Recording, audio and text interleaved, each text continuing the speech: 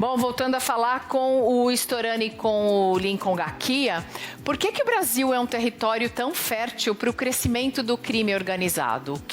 Quais são as condições que são tão favoráveis aqui, além desse grande abismo social e econômico que apontou o Antônio Carlos? Eu vou pegar um gancho na palavra do Antônio, quando ele fala dessa diferença social, e que isso é evidente aqui no Brasil, mas também em tantos outros países. A questão toda é que no Brasil o que nos falta hoje é uma matriz moral, né? Se você tem essa diferença e você não tem valores que são os freios e balanços morais, é óbvio que desaparece o respeito.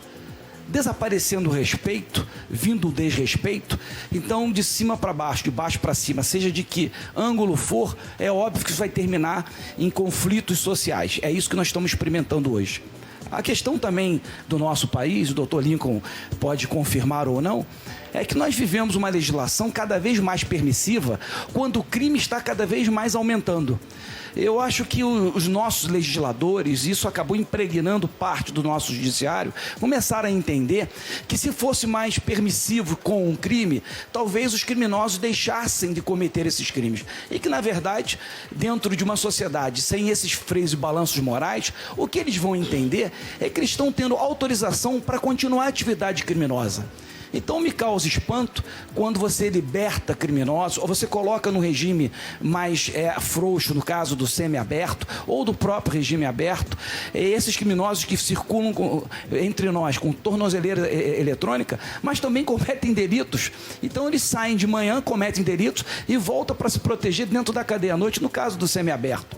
Então nós estamos falando de um problema cultural no Brasil, que vivemos hoje um momento muito interessante, em que você determina o que é certo e o que é errado, o que é aceito e o que não é aceito, mas ao mesmo tempo você faz justamente o contrário. Os detentores desse discurso que aponta o erro no outro, ele é incapaz de ver o seu próprio erro.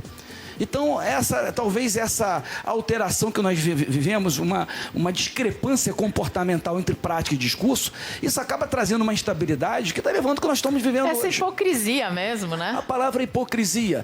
Você fala que você deve respeitar o outro, faz uma manifestação e sai quebrando tudo, e ainda é uma manifestação que termina em quebra-quebra, em depredação do patrimônio alheio, em agressão de pessoas, ainda é chamado de democrática. Eu não consigo entender isso. E quando do contrário, você vê manifestações de famílias presentes, aquela é antidemocrática. Está havendo hoje uma guerra de narrativas que, quando você coloca uma matriz de valores em cima dela, você verifica que nós temos um problema, uma crise séria de valores no nosso país, que afeta o comportamento das pessoas, que afeta a nossa legislação e afeta o nosso Congresso Nacional, inoperante, incompetente para julgar as leis, para promover essas leis. Olha, que pelo menos inoperante, incompetente e às vezes também corrupto, né? Porque alguns deles respondem a processos e mesmo que sejam liberados, o fato de terem estado algum dia com dinheiro na cueca, já para mim é o fim de tudo. Dr. Lincoln Gakia, o senhor disse que o PCC começou como uma facção criminosa. Eu vou apontar aquele ano de 2006, quando São Paulo quase parou, como o ano em que explodiu, né? Que ficou bastante conhecido em todo o estado e até nacionalmente, mas ele foi aumentando cada vez mais, ele foi crescendo, virou crime organizado. E o senhor disse que está virando quase uma máfia. É uma franquia. É uma franquia? O PCC é uma franquia. De qual máfia? Não, do PCC. Eles criaram uma franquia, não é isso, doutor? Ah, o PCC tem franqueados por todo o país? Franquia. É o mesmo estilo de qualquer franquia que nós estamos acostumados a ver. Doutor Lincoln aqui, quando falou máfia, acredito que esteja nessa direção. Eles conseguiram, né, no decorrer desses anos, dos anos 90 até hoje, mas principalmente de 2006 para cá, um crescimento exponencial, infelizmente, né? Seja por conta da ausência do Estado, eu costumo acreditar a ausência do Estado no ambiente prisional como o principal fator de crescimento do PCC dentro das unidades prisionais. Então, você imagine, por exemplo, nos anos 90, em que havia uma total carência, né, de condições de cumprimento de pena para os presos aqui em São Paulo. Né? Faltavam itens de higiene pessoal, celas superlotadas, várias facções, homicídios, acharques, estupros, né? E na verdade, a ausência do Estado, da mão forte do Estado dentro do ambiente prisional. Então, o PCC ali se estabeleceu, colocou a sua ordem, né? Que é a ordem do crime, não deve ser a esperada por nós, e acabou também se fortalecendo fora das grades, né? Nas não, mas comunidades. Não é verdade que dentro dos presídios, quando chega um preso novo, ele é obrigado a escolher entrar para uma facção? Olha, veja, esse é um problema também que nós temos, né? Hoje, o que acontece? O preso, ele até às vezes procura uma certa proteção, né? E ele prefere entrar nessas facções, né? Para não sofrer nenhum tipo de violência, etc.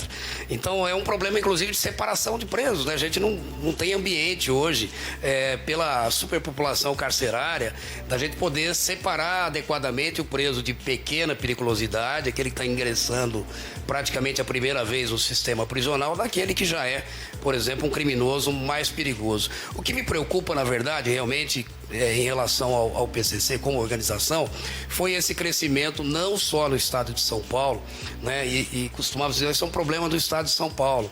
E a gente foi verificando no decorrer desses anos essa expansão do PCC para todos os estados da federação. Hoje é a organização criminosa, infelizmente, que mais cresce no país, está na maioria dos estados. Foi para outros estados, né? Mas também foi para outros ambientes, porque eu soube que eles têm alguns negócios, postos de gasolina, eles estão virando empresários, eles estão virando políticos, eles estão concorrendo a eleições? Olha, veja, eu costumo dizer também que o PCC não atingiu o status de máfia, porque ainda falta a ele a expertise no branqueamento de capitais. Mas falta por muito pouco, né? Nós tivemos aí operações exitosas da Polícia Federal, com redes de postos de gasolina, mais de 700 milhões de reais bloqueados. Tivemos operações do GAECO, do Ministério Público aqui de São Paulo, né, que atingiu a Operação Sharks, que atingiu também toda a nova liderança do PCC e também a parte financeira do PCC. Né, em que ficou comprovado, por exemplo, que enviaram para o Paraguai, em 1 ano e 3 meses, praticamente quase 200 milhões de dólares, aí, 1 bilhão e 200 milhões de reais. Né? Então, são situações novas, né, para a criminalidade brasileira. Até então, a gente estava acostumado com outro tipo de criminalidade, e a tendência é que esse dinheiro, até pela proporção, né, que é gerada pelo tráfico e também por esses grandes assaltos aí, que por vezes são consorciados com organizações criminosas como o PCC, pode financiar a operação e depois levar uma parcela de lucro nisso. Então a tendência é que isso realmente se expanda, né, e haja uma lavagem de dinheiro mais estruturada. Com relação à política... A gente perdeu, com relação à política, vamos lá. Já são candidatos? Já foram eleitos? Nós já temos verificado, né, a ocorrência de financiamento de campanhas a vereadores, né, em câmaras municipais, a algumas prefeituras municipais, porque eventualmente há um interesse do crime organizado, né, depois de auferir algum negócio com essas prefeituras, enfim, algum tipo de ganho. O crime, ele só floresce onde há oportunidade e onde há ausência do Estado. Olha, eu vou ler aqui alguns comentários que chegaram pelo Twitter. O Carlos Salles diz que o crime compensa. O Brasil é uma terra sem lei. A lei só serve para os cidadãos de bem. Isso é um fato. O Reginaldo diz, o problema é que tanto as polícias militares quanto as guardas municipais são tão preparados que atiram no que vem e acertam no que não vem. Os inocentes acabam se tornando alvo. O Naif diz que a vida de um policial vale menos do que a vida do marginal para os direitos humanos, que só atua em defesa dos criminosos. O Marcos Soares diz que no Brasil o que falta são leis que realmente punam os bandidos com todo o rigor. E o Antônio Costa elogia o programa sobre a guerra contra a violência no Rio de Janeiro, diz que o debate é muito bom, importante e relevante.